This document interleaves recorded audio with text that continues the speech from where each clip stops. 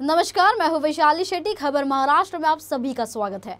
खबर महाराष्ट्र में सबसे पहले बात करेंगे पालघर जिले की, जहां से एक हैरान कर देने वाला मामला सामने आया है।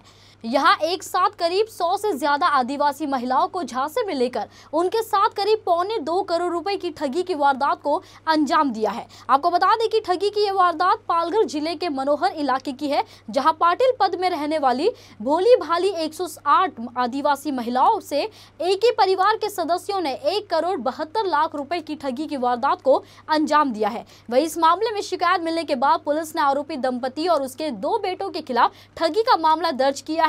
वारदात की शिकायत मिलने के बाद पुलिस हरकत में आई और मनोर पुलिस थाना पुलिस स्टेशन में मामला दर्ज कर लिया गया है। पुलिस से मिली जानकारी के मुताबिक आरोपियों की पहचान सुमैया पटेल, यासर पटेल और उनके बेटे अलकम और एने के तौर पर हुई है। आरोपी दंपति और उनके बेटों ने मिलकर आदिवासी महिलाओं को स्वयं सहायता समूह यानी सग बनाने के लिए बहला फुसलाकर उनके नाम पर बैंक से लोन लिया और बैंक से मिली रकम को इधर उधर कर दिया। जब आदिवासी महिलाओं को उनके साथ हुई ठगी का एहसास हुआ तो उन्होंने इस मामले की शिकायत जिले के पुलिस अधीक्षक बाला साहेब पाटिल से की। एसपी ने महिलाओं की पूरी बात सुनने के बाद इस मामले में धोखाधड़ी और अन्य धाराओं के तहत मामला दर्ज करने का आदेश दिया है। फिलहाल मनोर पुलिस मामले की जांच कर रही है। मनोर येथील काही महिला काल या संदर्भात माझ्याकडे भेटण्यासाठी आलेले होते।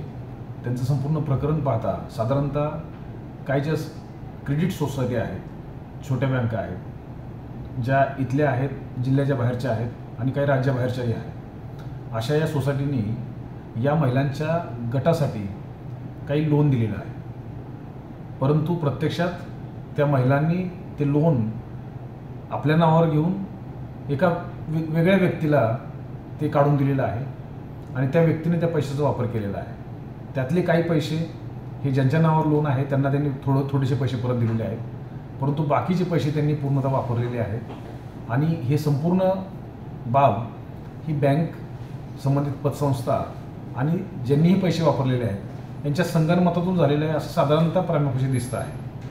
हा प्रकरण गंभीर याच्यासाठी आहे की ह्या संपूर्ण महिलाचा गट जो आहे तो अशिक्षित आहे। त्यांना हे बँक लोन ते परत द्यायचं असतं, त्याच्यावर व्याज असतं, या सर्व बाबी कुठल्याही माहीत नाही आहेत। त्यांना फक्त याच्यामध्ये आपण सही केल्यानंतर काहीतरी फायदा होईल या आशेने त्यांनी हे संपूर्ण केलेलं आहे असं प्रामुख्याने दिसतं आहे। या प्रकरणाचं गांभीर्य लक्षात घेऊन प्रभारी अधिकारी मनोर यांना याचा तपास दिलेला आहे।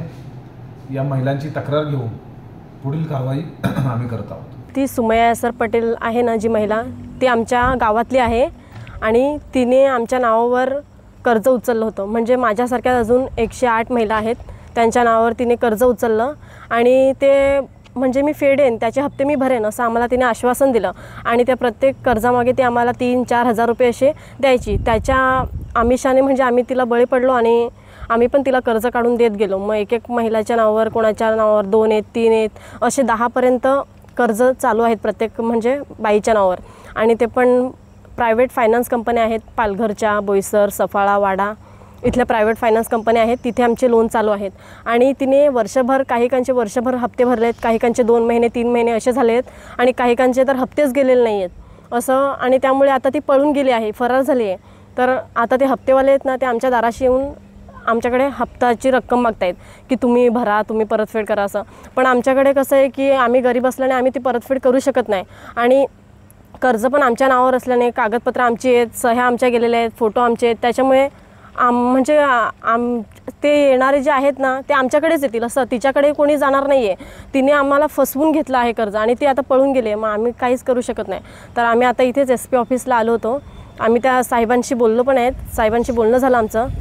तर आमची हीच विनंती आहे की आमची गरीब महिलांची मदत करावी, सांगा ना, आणि आम्हाला न्याय मिळावा। आम्ही आदिवासी महिला आहेत आणि ती सुमैया पटेल आहे, तिने आमच्याकडून फसवून लोन घेतल्यात आणि 108 बायका आम्ही आहेत सगळ्याकडून। म्हणजे तिने आम्हाला असं बोलायची की माझं हे आहे, माझं गाड्यांचा धंदा आहे, त्याच्यासाठी मी पैसे लावते, तुमच्यासाठी 2 पैसे तुम्हाला मिळतील, तुम्ही काम करायचे, तुम्ही म्हणजे महिला घरात बसून राहतात त्याचे तुम्हाला 2 पैसे मिळतील।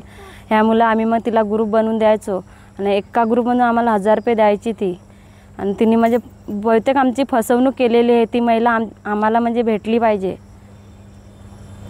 आणि आता तुम्हाला तुमच्याकडे बँकेचे जे आहेत अधिकारी ते येत आहेत? हां, ते बँकवाले आमच्या दाराशी येतात, आम्हाला बोलतात तुमच्या नावाचे कागदपत्रे आहेत, तुम्ही आम्हाला कसे पण करा, तुम्ही आम्हाला हप्ते भरा. ते मग बायका पण आम्हाला बोलतात की तुम्ही पुढारके आहेत तर तुम्ही आमचे हप्ते भरा. आणि असे म्हणजे आम्हाला ते मग त्रास देतात. आमची मरायची वेळ आलेली आहे.